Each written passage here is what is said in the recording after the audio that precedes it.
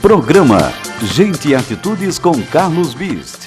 No Gente e Atitudes, um pouco mais de cultura. Você vai conhecer o Museu Nacional de Imigração e saberá um pouco mais o que acontece nesse espaço, onde você é o nosso convidado. Assista, seguir. Phaeton Moda Masculina e Feminina apresenta a coleção Primavera-Verão, pronta para ser marcante em todos os momentos. Looks confortáveis aliados à qualidade. Colorir a vida, trazer tudo de bom. Vestir Phaeton. A Pata Chique possui o que há de melhor para o seu pet em veterinária. Banho Tosa, Reiki, Spa e Hotel. Oferece a linha premium de rações e acessórios nacionais e importados. Garanta a beleza do seu animal de estimação na Pata Chique for Pets.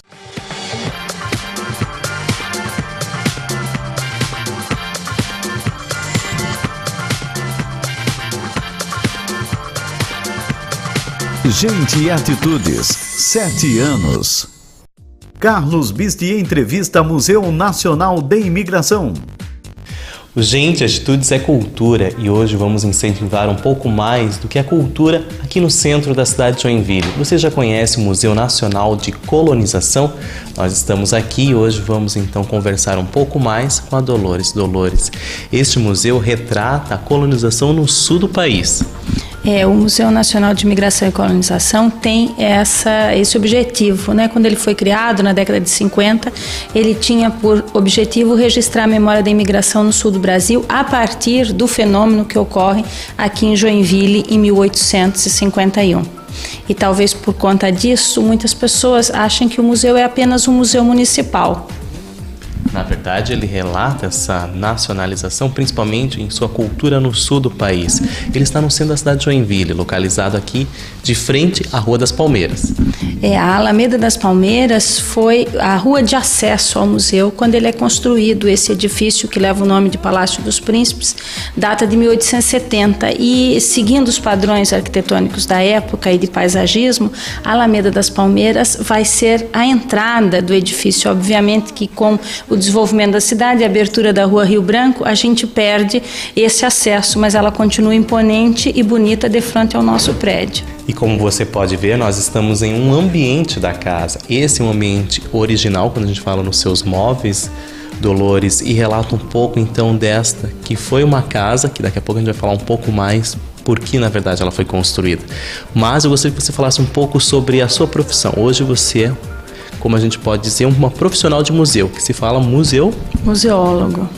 Esse é o nome técnico da profissão de quem trabalha com museus. É uma profissão que já tem desde a década de 20 no Brasil. O Brasil é pioneiro em alguns grandes museus a nível nacional, né? Como o Museu Histórico Nacional, o Museu Nacional no Rio de Janeiro. E é uma profissão hoje bastante difundida em função de que há essa necessidade de se guardar a memória para as futuras gerações, né? Num ambiente globalizado como se vive, a história e a memória de cada grupo deve ser cada vez mais preservada, até para se ter a distinção entre o que é étnico daquela região e o que é agregado em função, claro, do diferencial econômico, da globalização. Tudo é história e você é o nosso convidado para conhecer o Museu Nacional de Imigração, que está situado aqui na Rua Rio Branco.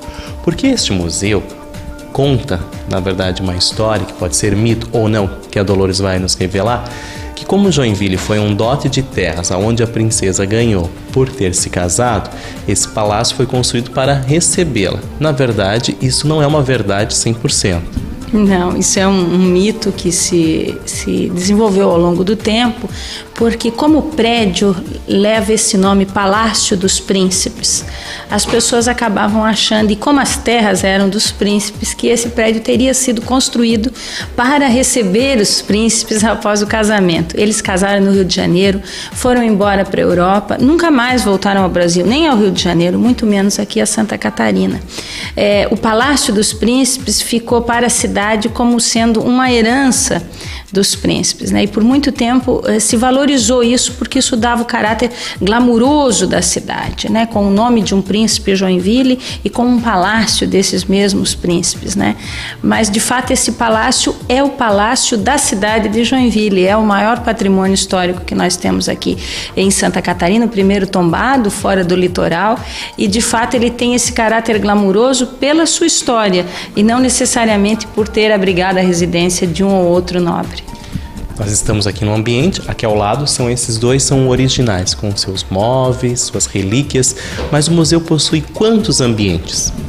O museu, como conta a história da imigração, ele também conta um pouco a história da casa, porque está instalado numa casa histórica. Obviamente, o nosso museu não é um museu-casa, como se chama os museus, onde todos os ambientes da casa são preservados.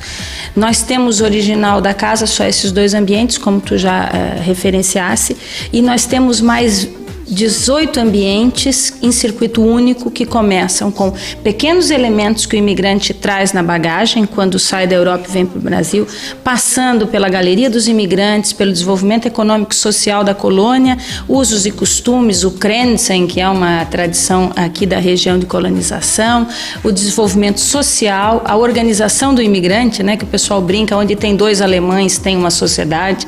Então nós temos a famosa Sala das Sociedades, onde contamos um pouco a história dos bombeiros, da sociedade ginástica, das sociedades de tiro, terminando aqui na sede principal com uma sala reservada aos festejos do 1º centenário, porque nós fizemos um corte que vai de 1851 a 1951. Ótimo. E o que é o Kränzen, para quem não conhece? O Kränzen é essa reunião que as senhoras fazem até hoje não mais nas casas, nas confeitarias, onde elas se reúnem uma vez por semana, antigamente era uma vez por mês, e elas ali então bordavam, liam cartas que chegavam da Europa, alguém recebia uma especiaria que uma parenta que ficou na Europa mandou, então elas socializavam isso com o grupo, ao mesmo tempo tomavam café, ao mesmo tempo